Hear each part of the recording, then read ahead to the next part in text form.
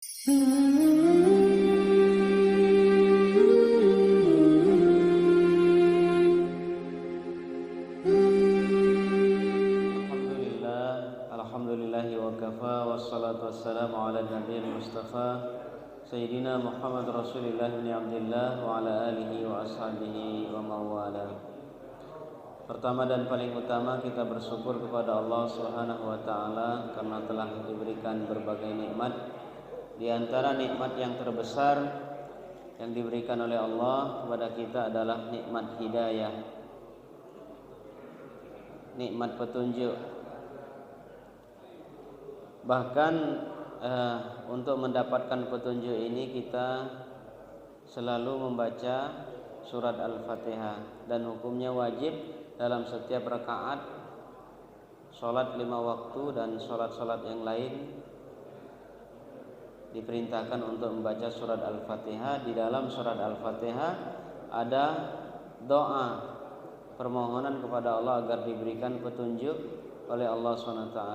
Ihdinas siratal mustaqim.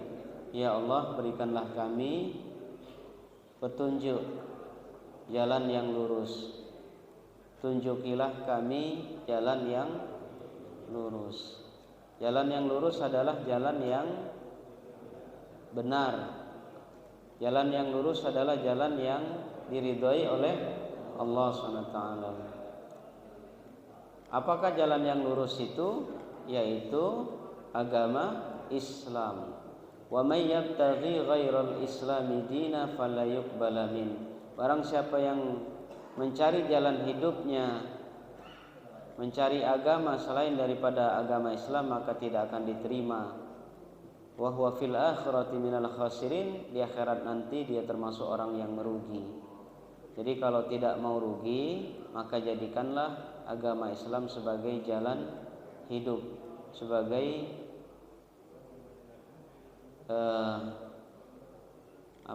panduan agar kita melaksanakan kehidupan ini sesuai dengan perintah-perintah Allah SWT.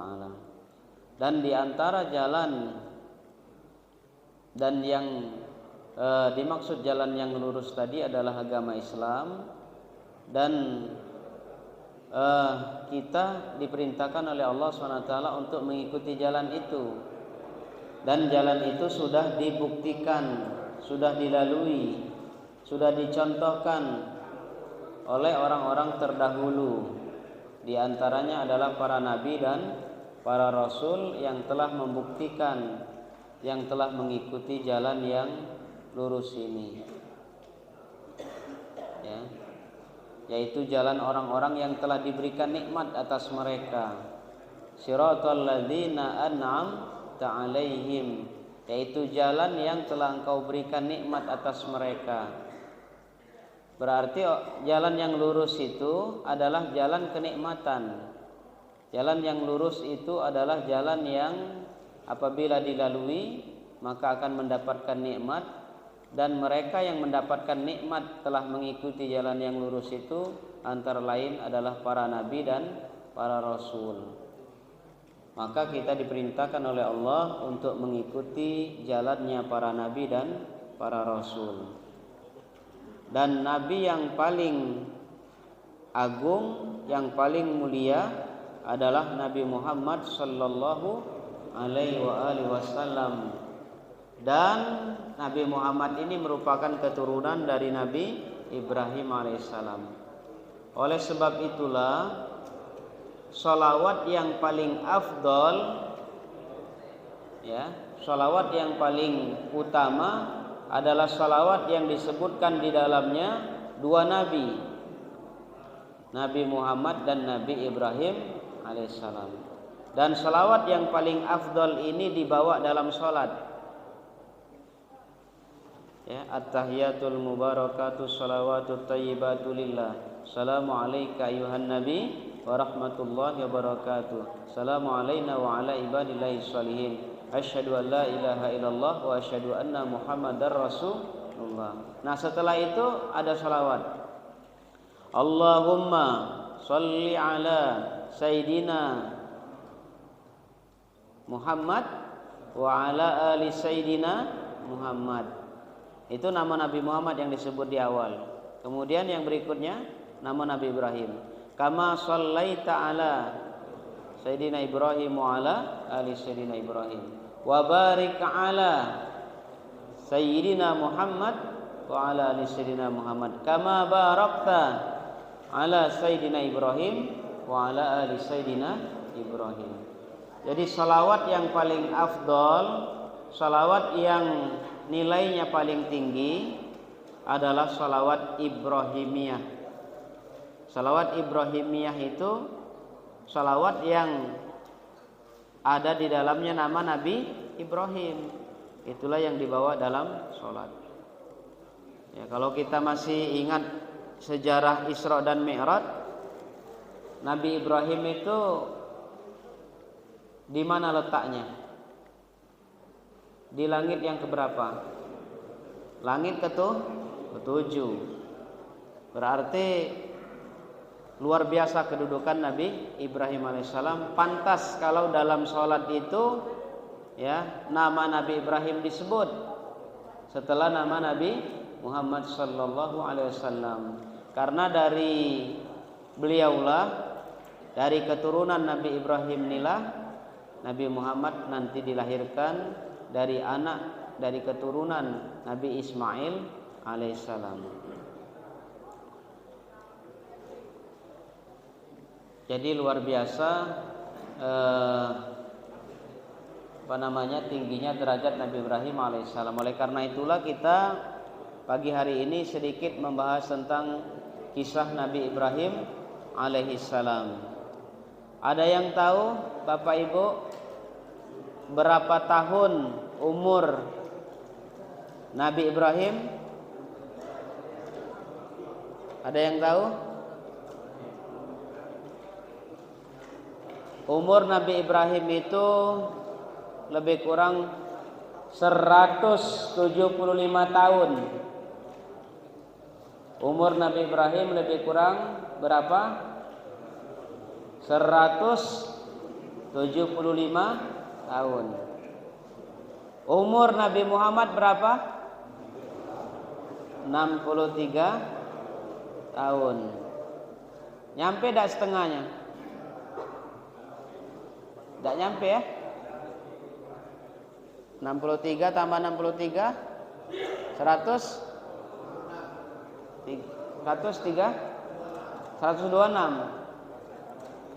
126, sedangkan Nabi Ibrahim 175 tahun. Berarti tidak nyampe setengahnya umur Nabi Ibrahim alaihissalam. Sedangkan Nabi Ibrahim ini memiliki istri berapa orang, Bu? Nabi Ibrahim memiliki istri 4 orang. 4 orang. Jadi wajarlah kalau umat Nabi Muhammad ini dibatasi 4 orang. Dibatasi 4 orang karena asal muasal agama Islam itu kan dari Nabi Ibrahim. Nabi Ibrahim adalah Abul Anbiya. Bapaknya para nabi, para rasul itu Nabi Ibrahim itu. Kita dibatasi 4 orang.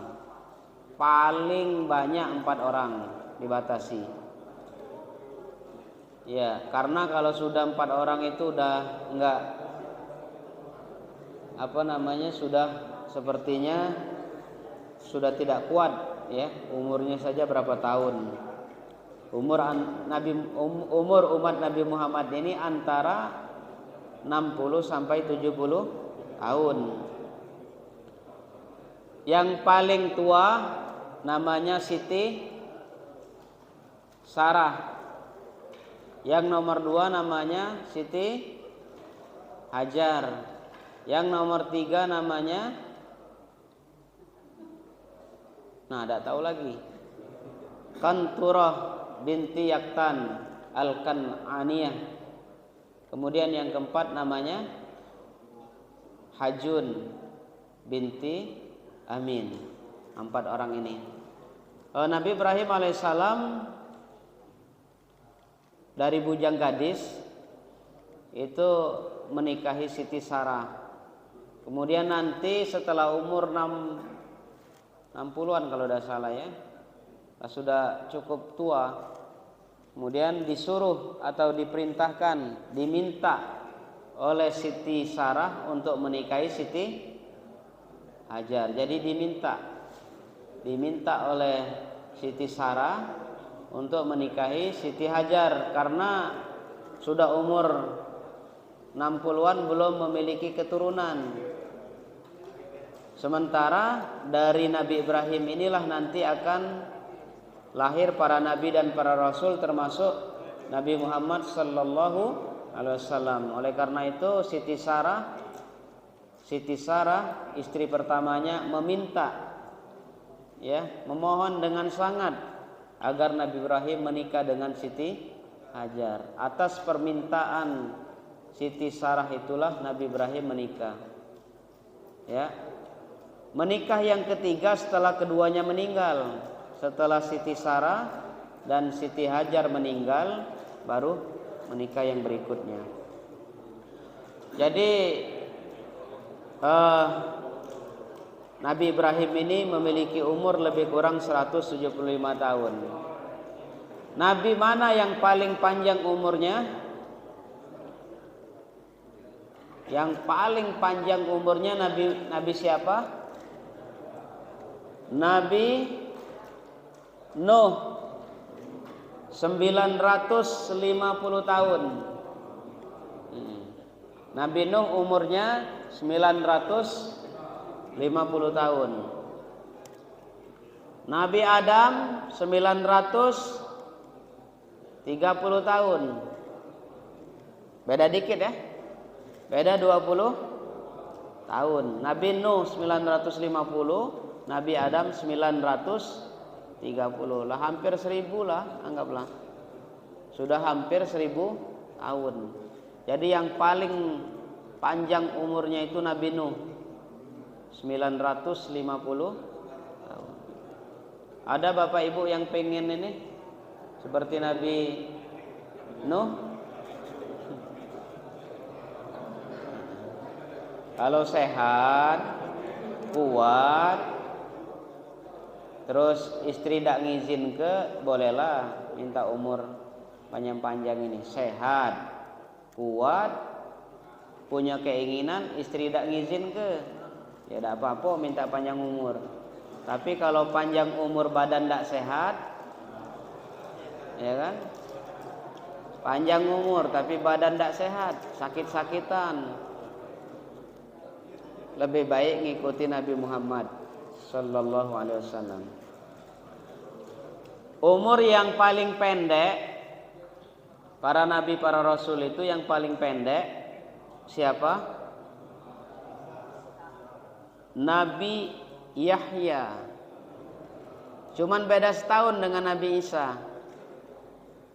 Nabi Yahya umurnya 32 tahun meninggal dunia. Nabi Isa 33 tahun diangkat. Ya. Tidak ada yang menyebutkan Nabi Isa itu mati, tetapi diangkat. Diangkat oleh Allah SWT. Jadi yang paling muda atau yang paling sedikit umurnya adalah Nabi Yahya 32 tahun. Sedangkan Nabi Isa 33 tahun. Nanti ketika kita dibangkitkan dari kubur, umurnya sama dengan umur Nabi Isa. Jadi waktu kita dibangkitkan dari kubur untuk mempertanggungjawabkan amal perbuatan, berkumpul di padang mahsyar, itu umur kita 33 tahun. Sama dengan umur Nabi Isa alaihissalam. Hadirin wal hadirat yang dimuliakan Allah, ada ayat yang berbunyi auzubillahi minasyaitonirrajim, bismillahirrahmanirrahim. Innas safa wal marwata min sya'airillah. Sesungguhnya bukit Safa dan bukit Marwa adalah merupakan bagian daripada syiar Allah. Kalau kita haji atau umroh, kita sa'i, kita membaca itu salah satunya ayatnya. Nah, biasanya pembimbingnya ngomong dengan jemaah, ayo ikuti, inna safa wal marwata min sya'airillah. Ya. Sambungannya apa? Faman hajjal baita aw i'tamara fala junaha alaihi ay yatawafa bihima. Waman syakara fa innallaha syakirun alim. Nah, ayat ini turun berkenaan dengan siapa? Ayat ini turun inna safa wal marwata min sya'airillah. Berkenaan dengan sejarah siapa? Sejarah Siti Hajar. Nah, karena Siti Hajar lah yang lari-lari kecil itu antara Bukit Safa dengan Bukit Marwah itu, yang lari-lari kecil itu bukan Nabi Ibrahim, bukan Siti Sarah, tetapi Siti Hajar. Siti Hajar yang lari-lari kecil antara Bukit Safa dan Bukit Marwah. Bukit Safa itu di zaman haji tahun 2006-an itu belum dipasang kaca. Sekarang sudah dipasang kaca. Ya. Tapi masih disisakan pucuknya. Kalau di Marwah tidak dipasang kaca karena dia relatif lebih datar. Di Marwah itu relatif di atasnya itu lebih datar. Ya, terus banyak wong begunting pula di situ tuh. Pas tahallul begunting. Tahallul itu artinya halal. Setelah begunting itu halal untuk bercampur, halal untuk melepas pakaian umroh. Itulah disebut dengan tahallul. Tahallul itu artinya halal. Ya, bukan tahallul di situ maksudnya begunting, bukan. Tahallul di situ artinya halal. Yang sebelumnya haram menjadi halal. Dalam bahasa Arabnya disebut tahallul. Salah satu cirinya tahallul itu dimulai dengan cukur rambut. Jadi cukur rambut itu salah satu rangkaian daripada tahallul. Salah satu rangkaian permulaan dibolehkannya melakukan sesuatu yang sebelumnya dilarang oleh Allah. Ya, kalau tahallulnya sholat apa? Tahallulnya sholat, salam itu salam ke kanan. Assalamualaikum warahmatullahi ke kanan. Nah, itu tahallul sudah. Yang tadinya tidak boleh ngomong dalam sholat kecuali rukun-rukunnya. Nah, setelah kita salam ke kanan itu lah boleh, ya kan? Tapi kalau buka HP jangan dulu, ya. Ini dulu zikir dulu. Baik, jadi ayat inna safa wal marwata min sya'airillah berkenaan dengan Siti Hajar. Bapak Ibu mendengar sejarah Siti Hajar ini, apakah termasuk pembantu, apakah bukan dalam sejarahnya Siti Hajar ini? Pembantu ya, yang kalau kita sering dengar itu pembantu ya. Sebenarnya Siti Hajar itu bukan pembantu. Siti Hajar itu anak raja. Siti Hajar itu anak raja. Jadi di Mesir pada saat itu di Mesir itu ada raja yang berkuasa di sebelah selatan, ada raja yang berkuasa di sebelah selatan, lawan katanya apa? Utara ya. Jadi ada raja yang berkuasa di sebelah selatan, ada raja yang berkuasa di sebelah utara. Salah satu raja ini bisa mengalahkan raja yang lain. Ya, kebetulan yang mengalahkan saat itu di zaman Nabi Ibrahim itu raja yang zolim. Raja yang zolim disebut Fir'aun juga saat itu. Karena Fir'aun itu bukan nama wong. Fir'aun itu gelar. Seperti kita ini. Jokowi itu nama wong. Jokowi nama orang. Gelarnya presiden. Yaitu gelarnya. Fir'aun itu nama gelar. Ya, nama jabatan. Nah, Fir'aun yang zalim itu bisa mengalahkan raja yang sebelahnya. Nah, ditawanlah anak raja itu. Anak raja itu termasuk salah satu yang ditawan, salah satu yang masih hidup. Diambil oleh raja Fir'aun tadi untuk dijadikan tawanan, ya, tawanan rumah lah istilahnya di istana. Jadi dia itu bukan pembantu, ibarat kita tuh pembantu rumah tangga atau bukan. Siti Hajar itu, Siti Hajar itu anak raja, tawanan. Nah, pada saat Nabi Ibrahim dan Siti Hajar ini lari dari tempat di mana asalnya karena ingin dikejar-kejar tadi kan. Sebelumnya Nabi Ibrahim itu dibakar oleh Raja Namrud, dibakar oleh Raja Namrud. Dibakar dengan apa? Dengan kayu yang banyak, tumpukan tinggi. Pada saat diperintahkan Namrud untuk dilemparkan itu, yang ngangkat Nabi Ibrahim itu tidak terangkat. Walaupun algojonya besar tinggi banyak, ngangkat Nabi Ibrahim itu tidak terangkat. Ya.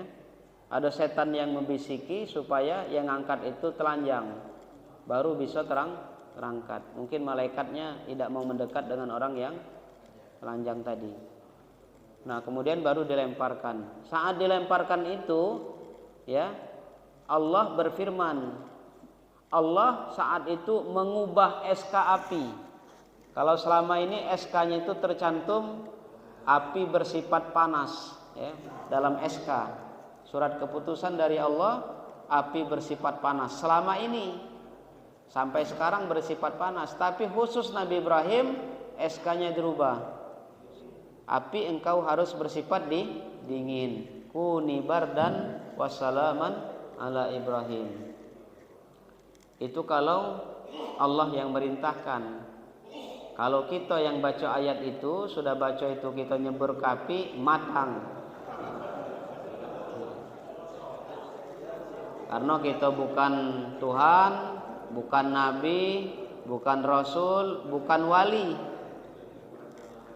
Wali juga sih, tapi wali murid.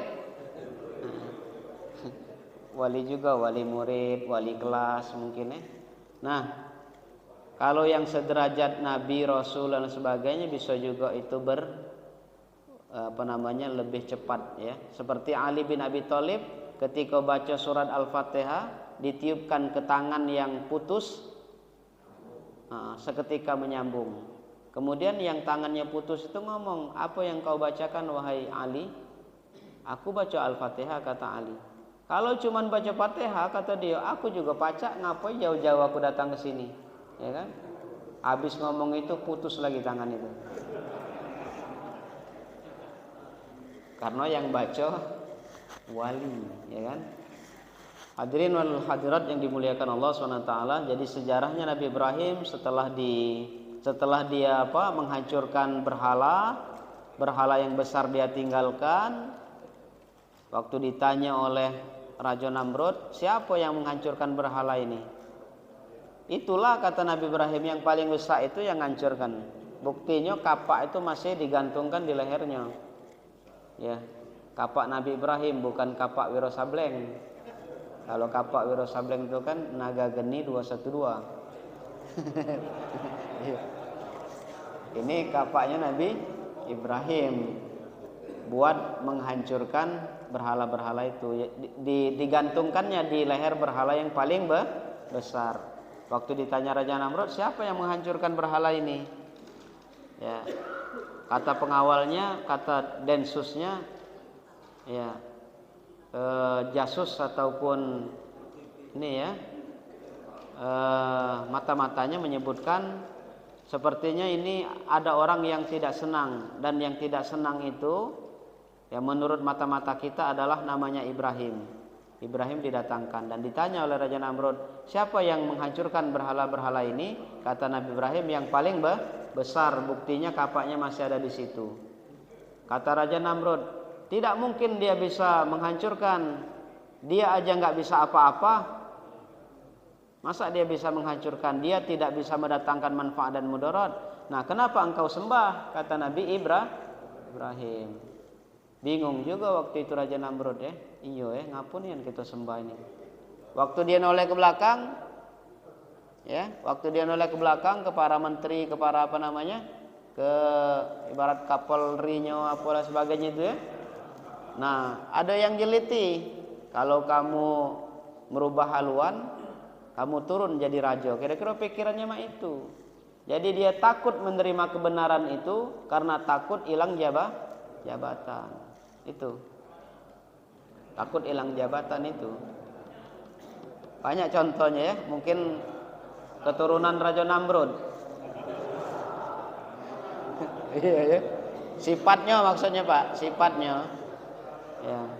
Sama aja ini kan, sama aja Abu Lahab, Abu Jahal itu. Ya. Orang-orang Arab tuh saat itu tahu kalau Nabi itu jujur. Tahu kalau Nabi itu benar. Disebut Al-Amin, diakui oleh orang Arab itu. Nabi itu Al-Amin, dapat dipercaya. Tapi waktu beliau menyampaikan dakwah, mereka tidak menerima. Kenapa? Karena takut hilang jabatan. Satu itu. Yang kedua, dari jabatan itu takut hilang duit. Kalau jabatan dak kate duit, dak galak galau wong. Karena jabatan itu melahirkan duit, menghasilkan uang, maka berebut. Nah, saat itu kafir Quraisy itu menguasai ekonomi yang ada di Mekah itu. Kafir Quraisy itu menguasai ekonomi yang ada di situ. Setiap wong keliling Ka'bah kemudian mengagung-agungkan berhala-berhala itu. Nah, mereka itu jualan. Ya, kemudian mungkin ada travel, mungkin ada KBIH, mungkin ada yang lain-lain. Nah, dari situ menghasilkan banyak uang. Khawatir kalau Nabi diakui, ekonomi mereka tadi yang Abu Lahab, Abu Jahal dan abu-abu yang lain itu takut hilang peluang ekonominya itu. Nah, itulah sebenarnya alasan, bukan karena mereka itu tidak tahu Nabi itu benar. Nah, hadirin wal hadirat yang dimuliakan Allah, jadi setelah itu Nabi Ibrahim dibakar, kemudian setelah dibakar Nabi Ibrahim keluar dan Nabi Ibrahim ditemani oleh Siti Sarah lari ya melewati Mesir. Ya, jarak antara Palestina ya, tempat beliau itu di Palestina, jarak di antara Palestina ke Mesir dari Palestina ke Arab Saudi, dari Palestina ke Mekah ya, itu melewati Mesir. Lebih kurang dari Palestina ke Mekah itu berapa kilo ya? 500-an 1200-an kilo. 1200-an kilo. Nah, jalan kaki saat itu. Ya, jalan kaki, paling banter pakai kuda kan atau pakai onta. Belum ada mobil saat itu. Ya, baru ada kudanya, mobilnya belum ada. Sekarang ada sudah mobil merek kuda itu. Nah, jadi di tengah perjalanan mampir ke Mesir. Nah, di Mesir itu terkenal dengan raja yang zalim, Firaun yang zalim tadi itu. Nah, setiap yang lewat dari Mesir, kalau dia mengakui bahwasanya yang dibawanya adalah istri, misalkan berdua, suami istri, istrinya itu langsung diambil oleh raja itu. Karena raja itu doyan dengan istri orang. Jadi kalau ada yang senang dengan bini wong namanya Fir'aun.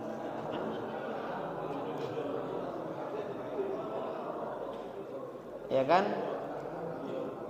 Jadi Fir'aun itu senang dengan istri wong, alasannya karena wanita yang dinikahi berarti wanita yang baik-baik. Oleh karena itulah dia akan mengambil wanita yang punya kelebihan. Jadi wanita yang dinikahi berarti ada kelebihannya, maka dia ambil secara paksa. Nah, Nabi Ibrahim sudah tahu berita itu. Sebelum dia masuk Mesir itu dia bertanya. Nah, akhirnya dia punya kesimpulan bersama Siti Sarah, nanti kalau ditanya oleh raja, sebutkan kamu adalah saudaraku. Ya, jangan disebut kamu istriku, tapi sebutlah kamu saudariku. Karena saat ini di muka bumi ini cuman kita berdua yang Islam.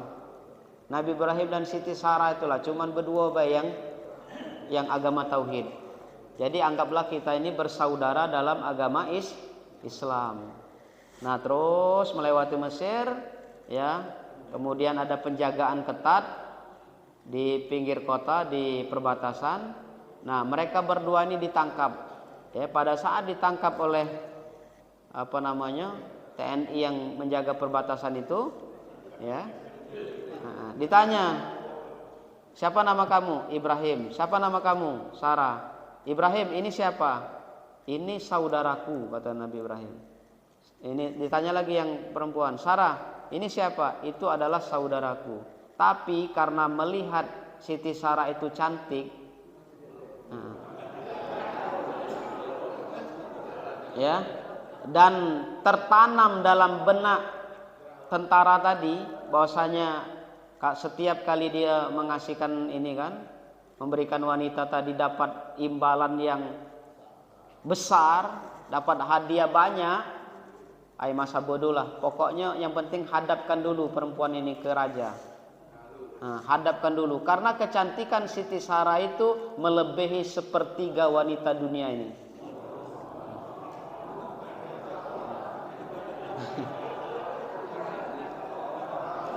Kalau yang laki-laki yang paling ganteng Nabi Yusuf, kalau perempuan yang paling cantik itu Siti Sarah. Tapi Sarah Pak, bukan Saro. Kita ini galak nyebutnya Saro. Siti Sarah. Ya, akhirnya dibawa oleh pengawal tadi menghadap raja. Ya kan? Dibawa oleh pengawal tadi. Yang pertama dibawa Nabi Ibrahim dulu. Nabi Ibrahim dulu yang dibawa. Ditanya, tadi ada laporan bahwasanya kamu melewati ini, bawa seorang perempuan, itu siapa? Itu saudaraku, kata Nabi Ibrahim. Nah, karena Nabi Ibrahim menjawab saudara, Nabi Ibrahim dilepas. Nah, dilepas. Berikutnya dihadapkan Siti Sarah, karena tujuan utamanya itu Siti Sarah itu sebenarnya. Nah, dihadapkan. Sebenarnya kalau seandainya Siti Sarah itu tidak cantik, biasa-biasa baik, dilepaskan oleh raja itu. Dilepaskan. Tapi karena melihat Siti Sarah itu cantik, akhirnya dia nak pegang. Akhirnya mau disentuh, mau dipegang oleh raja tadi. Karena tidak tahan lagi melihat kecantikan Siti Sarah tadi itu. Waktu mau dipegang, ya, berjalan mendekati Siti Sarah berdoa, ya Allah, hindarkanlah aku dari raja yang zalim ini. Selamatkanlah aku dari raja yang zalim ini. Seketika waktu dia mau menyentuh, tangannya stroke. Waktu dia mau nyentuh, tangannya stroke. Tidak bisa. Nah, tapi pala masih bisa bergoyang.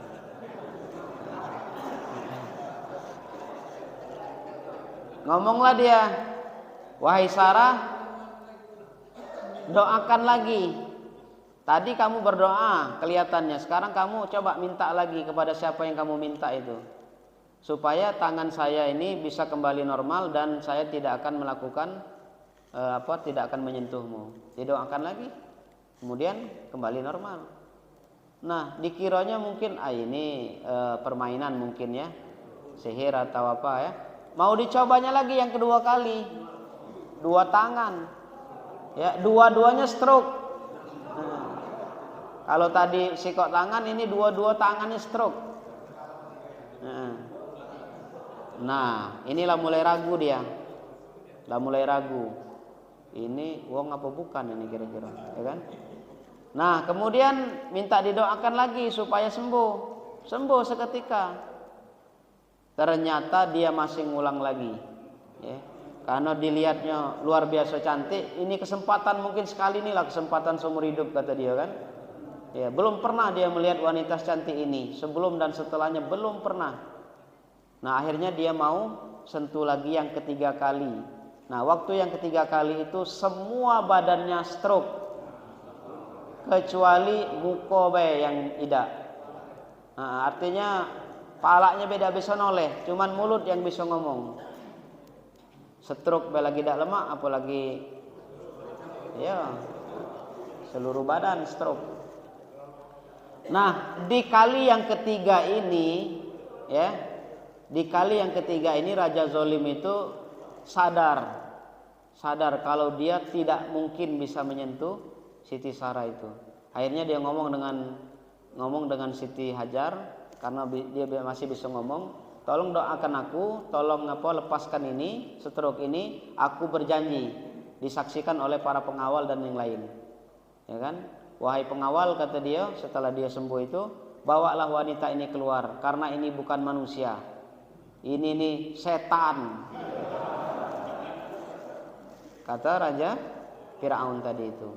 Nah, oleh karena saking takutnya Fir'aun ini, dia pengen ngambil hati. Kalau pacak tuh jangan lagi dia berdoa. Takutnya kayak dia keluar istana ini, dia berdoa supaya aku mati, hilang kerajaan ini. Nah, pikirnya mah itu. Akhirnya untuk melembutkan hati Siti Sarah tadi, dia hadiahkan Siti Hajar itu. Dipanggil Siti Hajar.